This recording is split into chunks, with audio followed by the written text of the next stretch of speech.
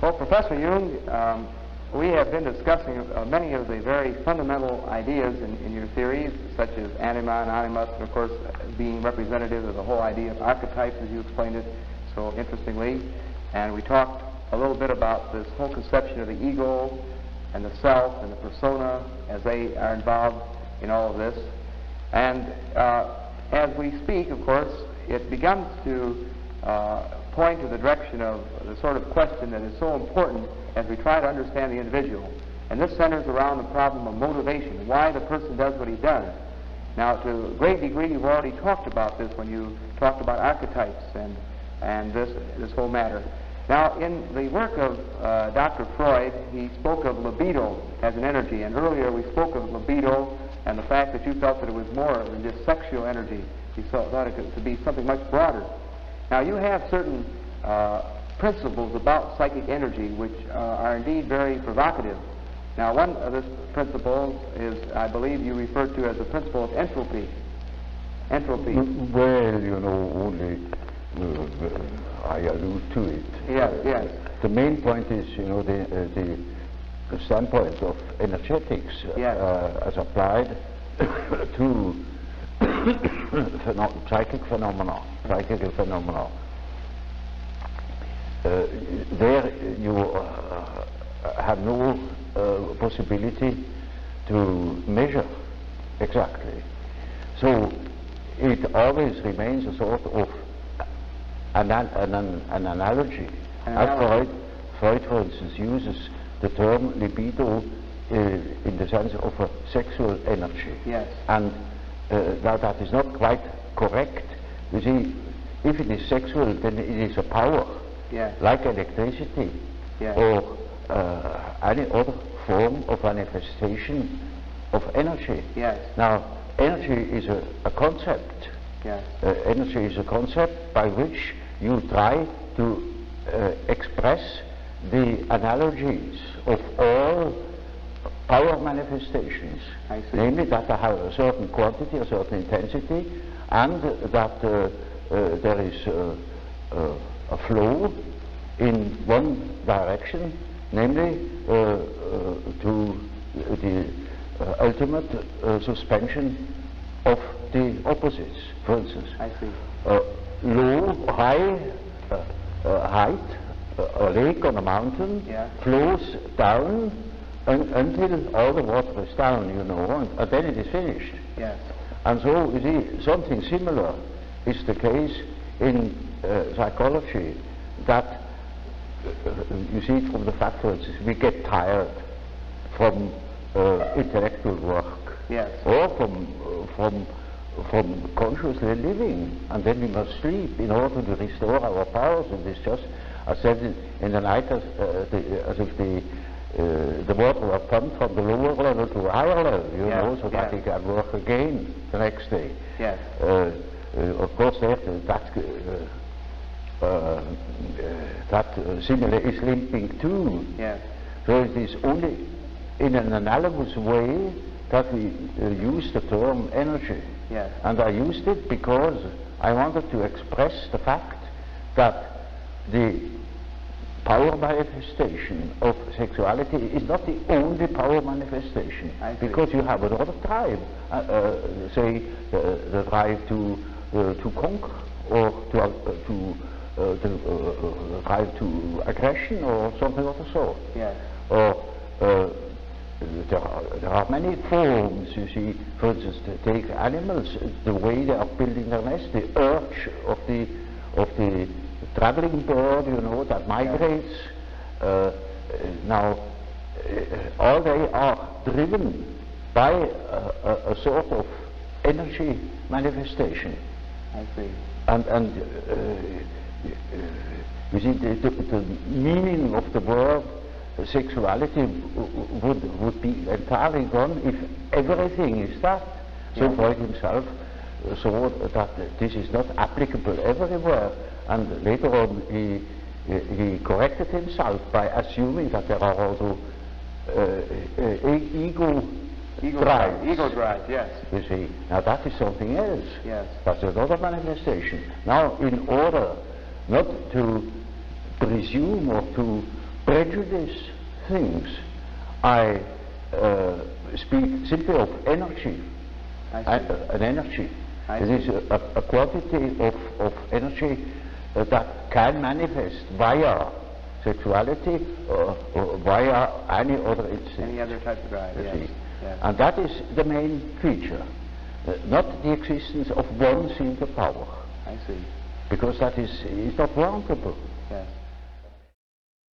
Now, another thing about motivation, or the condition which arouse or direct and sustain the individual, there seems to be two views that we find in much of our psychology in America today. Now, one is might be called an historical view, where we try to look in the history and development of the individual for answers to why he is doing certain things at the moment. Then we have another view, which was postulated and discussed by Dr. Kurt Lewin, Dr. Kurt Lewin, which is sort of a field theory. He thinks that the history, the past, is not important motivation, but all conditions which affect the individual at that moment. We can predict behavior by knowing all the conditions of that moment, but we don't have to go back to the past to understand why the person does what he does. Now, would you think that this present field idea of Dr. Lewin has any virtue? Does it make sense? Obviously, you see, I always insist that even chronic neurosis has its true cause in the moment. In the moment. Now. The neurosis is made every day by the wrong attitude the individual has. But that wrong attitude is a historical fact that needs to be explained historically by things that have happened in the past. But that is one-sided too, because the all psychological facts are oriented not only to a cause but also to a certain goal. You see, they are in a way teleological. Namely, they serve a certain purpose. And so wrong attitude can have originated in a certain way long ago, but it wouldn't exist today anymore if there were not immediate causes and immediate purposes that keep it alive today. Yes, I see. So a neurosis can be finished suddenly on a certain day, despite of all causes. For instance, one has observed in the beginning of the war, the cases of compulsion neurosis that have lasted for many years suddenly were cured. Because they got into an entirely new condition. It is like a shock. You see that with shock. Even the schizophrenia can be vastly improved by a shock. Because that's a new condition. It is a very shocking thing that shocks them out of their habitual attitude, and then they are no more in it, and then the whole thing collapses, the whole system that has been built up for years. So in therapy, in working with a patient, you would not say that it's absolutely imperative to have to more or less reformulate all of his past life in order to help him with his present neurosis. You feel that you could deal with him at the moment with his problem as it is at this time, and it's not necessary to go back and probe into things that happened to him during his first, second, and third year of life. You see, there is no system about it in therapy. In therapy, you treat the patient as he is in the present moment, irrespective of causes and such things. That is all more or less theoretical. There are cases who know just as much about their own neurosis as I know about it, in a way. In such cases, I can start right away with posing the problem. For instance, there is a case, a professor of philosophy, and he imagines that he has cancer. He shows me several dozen X-ray plates that prove that there is no cancer. He says, of course I have no cancer, but nevertheless I'm afraid I could have one. You see, I have consulted so many surgeons, and they all assure me there is none, and I know there is none, but I might have one, you see, and that's enough. Yeah. Now, you see, such a case can stop from one moment to the other. Yeah. He simply stops thinking such a foolish thing. I see. I see. But that is exactly what he cannot do. Yes. And in such a case, I say, well, it's perfectly plain to you. It's nonsense what you believe. Now, why are you forced to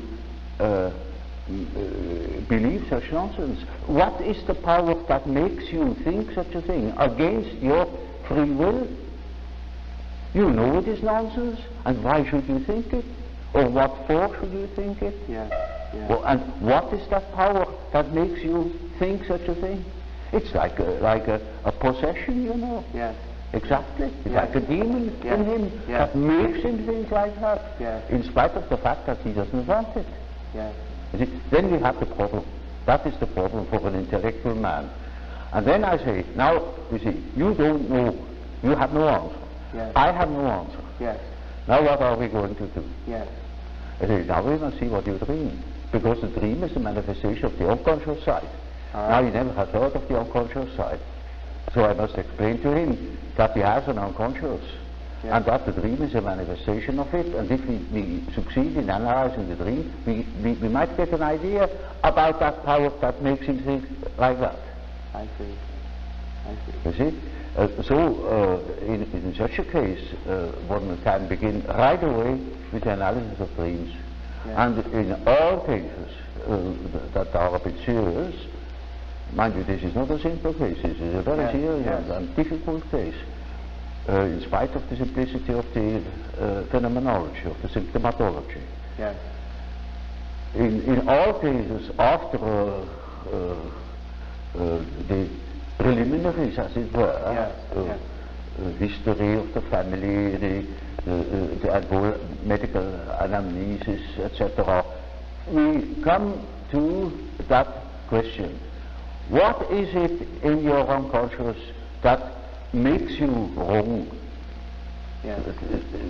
That hinders you to think normally? Yes. And then we are there where we can begin with the observation of the unconscious. And then, day by day, one goes on by the data the unconscious produces. Yes. You see, we discuss the dream, and that gives a new surface to the whole problem. And he will have another dream, and the next dream gives again an answer, because the unconscious is in a compensatory relation to consciousness. And after a while, we get the full picture. Yes. And if he has a full picture and has the necessary moral stamina, well, then he can be cured. I see, I see. But in the end, it is a moral question whether a man applies what he had learned or not. Yes. So you see then, in a sense, in this situation, the unconscious plays a very important part. The unconscious which is found in the dream. But as you see it then, what you have found in the dream is not necessarily then a image or symbol of what has happened in the past in his particular life. Not at all. It is just the symbol of the symbol is not, you see, that is a special term. It is the manifestation of the situation of the unconscious, looked at from the unconscious. I see. You see, I tell you, for instance, something which is my personal or subjective view. Yes. And if I ask myself, now, are you really quite convinced of it? Well, I must admit I have certain doubts. Yes. There are certain doubts. Not in the moment when I tell you, but these doubts are in the unconscious. And when I have a dream about it, these doubts come to the foreground in my dreams. Yes. And that is the way the unconscious looks at the thing. Yes, yes. It is just so as if the unconscious would say, oh yes, that's all very well what you are stating, but you omit entirely such and such a point. Yes, yes. Now, as the unconscious acts on this present situation, now looking at this thing in motivational, broad motivational terms, now this effect of the unconscious is not something which is the result of repression in the same way the orthodox psychoanalyst looks at it at all, then, as you No, say. it may be, you know, that what the unconscious has to say is so disagreeable that one prefers not to listen. Yes. And in most cases, people would be probably less neurotic if they could admit the things. Because these things are always a bit difficult or disagreeable or inconvenient or something of the sort. So there is always a certain amount of repression. But that is not the main thing. Not the main thing is that they are really unconscious. Yes. And you see, if you are unconscious about certain things that ought to be conscious, then you are dissociated. I see. And then you are a man whose left hand never knows what the right is doing, and counteracts or interferes with the right hand. Yes. Now such a man is hampered all over the place. Yes, yes. Now, looking at the unconscious in this way, of course this is as you say, it's unconscious, how can we know about it? Yeah. But trying to, just for that moment, as an illustration, would a particular individual, we might say, who has been brought up in a culture such as the culture of India, a particular individual in India, if we could examine his unconscious, would it be, in many respects, say, similar to the unconscious of a particular individual who was, say, lived in Switzerland all of his life? In other words, you spoke earlier about these universals. Yes. Would there be a great deal of equivalence between the unconscious of a particular individual who has been raised in one culture and another individual who was raised in an entirely different culture? Yes. Well, you see, their question is also complicated, because when we speak of the unconscious, we almost should say which unconscious, namely, is it that personal unconsciousness which is characteristic for a certain person, for a certain individual. Yes, so that you have the personal unconscious. This is one unconscious. Yes, that is a personal unconscious. And you call it the personal. And in treatment, for instance, in the treatment of neurosis, you have to do with that personal unconscious for quite a while. And then only dreams come that show that the collective unconscious is touched upon. Yes. Now, as long as there is material for personal nature, yes, you have to deal with the personal unconscious. Yes. But when you get to, say, to a question, to a problem, which is no more merely personal, but also collective, you get collective dreams. Yes. Now, the distinction then between the personal unconscious and the collective unconscious then is that the personal could be more involved with the immediate life of the individual, and the collective would be universal, would be the same elements of all men. It would be collective. Collective. For instance, you know, every society has collective problems. Yes. Collective convictions, and so on. Yes. Now, we are very much influenced by them. Yes. For instance, you belong to a certain political party or to a certain confession. Yes. And that can be a serious determinant of your behavior. Yes. Now, as long as your personal conflict doesn't touch upon it, it's no question, it doesn't appear. But the moment you transcend your personal sphere and come to your unpersonal determinants, say to the question, a political question, or any other social question, which really matters to you, then you are confronted with a collective problem, and then you have collective dreams. Yes. I wonder if it would be too presumptuous of me to ask if you could, for the moment, think of an actual case of perhaps a patient or a friend in which you might show us rather specifically how the personal and the collective unconscious were acting in, say, his neurosis, or perhaps in a problem that he may have had at the moment. See, there is an enormous amount of personal dreams, for instance, and I couldn't possibly tell you just a moment, simply for embarras de richesse. There are millions of such personal dreams that simply deal, for instance, with the fact how your relation is to your father or to your mother or to your wife and so on, with all sorts of individual variations. Yes. Now, but suppose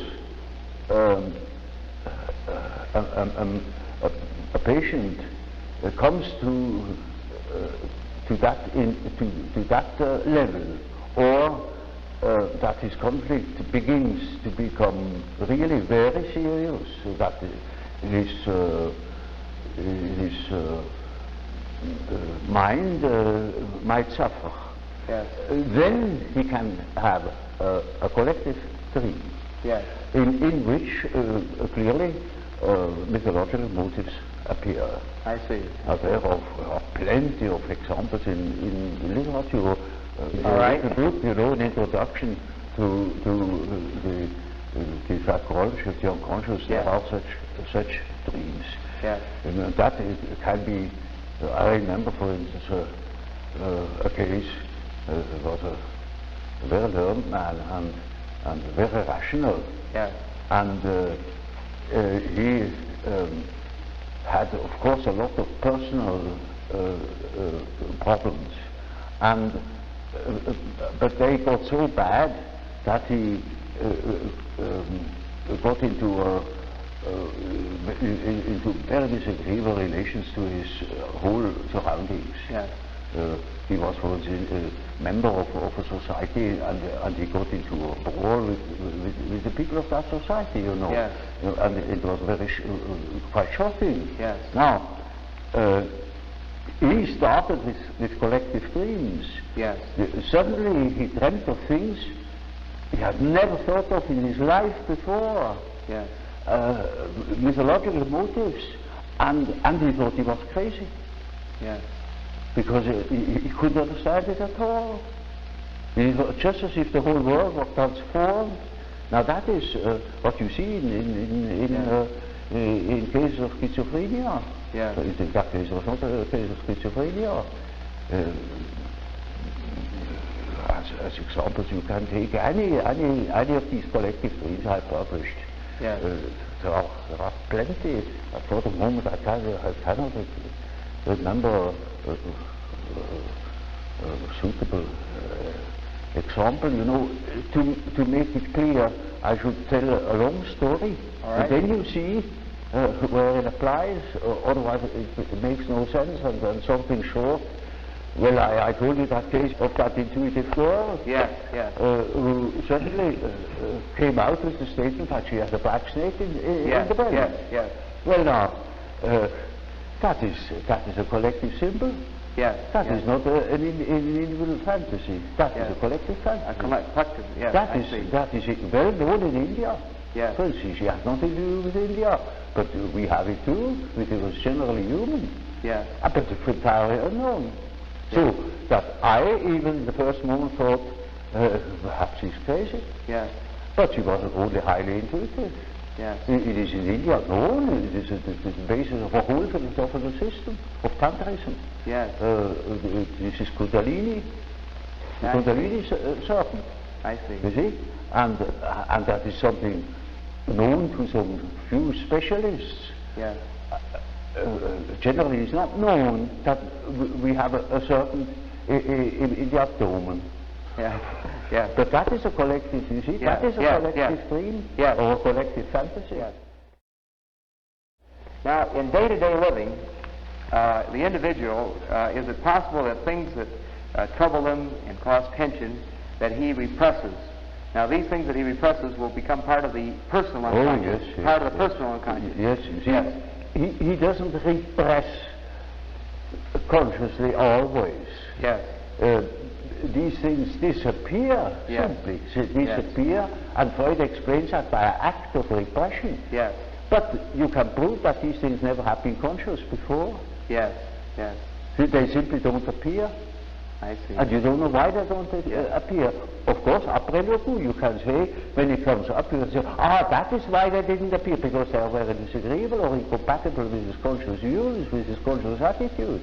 I see. But that is afterwards. You couldn't predict it. Yes. Yes. Yes. So you see, these things that have an emotional tone, Yes. they are partially autonomous, Yes. so that they can appear, or the contrary, they do not appear. Yes. They can disappear at wish, not of the subject, but of their own. Yes. Yes. Or you also can repress them. Yes. But it is so the same with projections. For instance, people say one makes projections. Yes. It's nonsense. One doesn't make them. One finds them. Yes. That are already there, because the unconscious is here not conscious, but there it is conscious. Yes. In my brother. Yes. I see the beam of my eye as a splinter in my brother's eye. I see. You see? I see. And that is right there because I am unconscious of the beam in my eye. I see. You see, the projections are not made, and so these disappearances or these so-called repressions are just like projections. They, instead of being projected into somebody or into something outside, they are introjected. They are already unconscious. Already unconscious, I see. But you are not the one that is doing it. I see. There are cases, sure, but I should say the majority of cases are no repressions. Yes. That was my first point of litigation with Freud. Yes. I saw in the association experiment that certain complexes are quite certainly not repressed. They simply won't appear. Yes. Because you see, the unconscious is real. Yes. It is an entity. It works by itself. It is autonomous. Yes, I see. So, in a sense, in looking at the so-called defense mechanisms that the orthodox psychoanalysts speak of, like projection, rationalization, and so on and so forth, then, in a sense, where you would differ from the orthodox psychoanalytic view, you would not say then that they are a repressed type of way of defending a manner in which the ego is being defended, but rather you would say that they were already there. Yes. They're simply manifestations of patterns that are already present in the unconscious. Yes, for instance, take that example of that serpent.